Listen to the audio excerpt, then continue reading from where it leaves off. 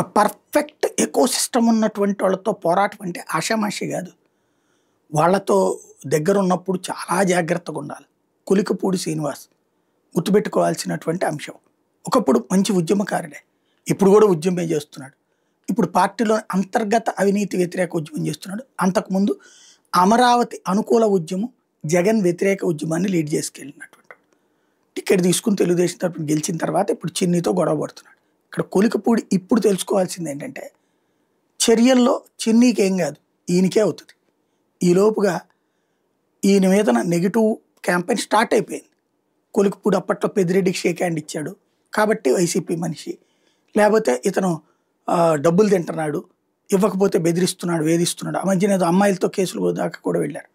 టోటల్గా కొలికపూడిని వణికించబోతున్నారు. కొలికపూడికి వ్యతిరేక ప్రచారం క్యాంపెయిన్ స్టార్ట్ అయిపోయింది. ఇప్పటికే ప్రిపేర్ కావాల్సి ఉంది.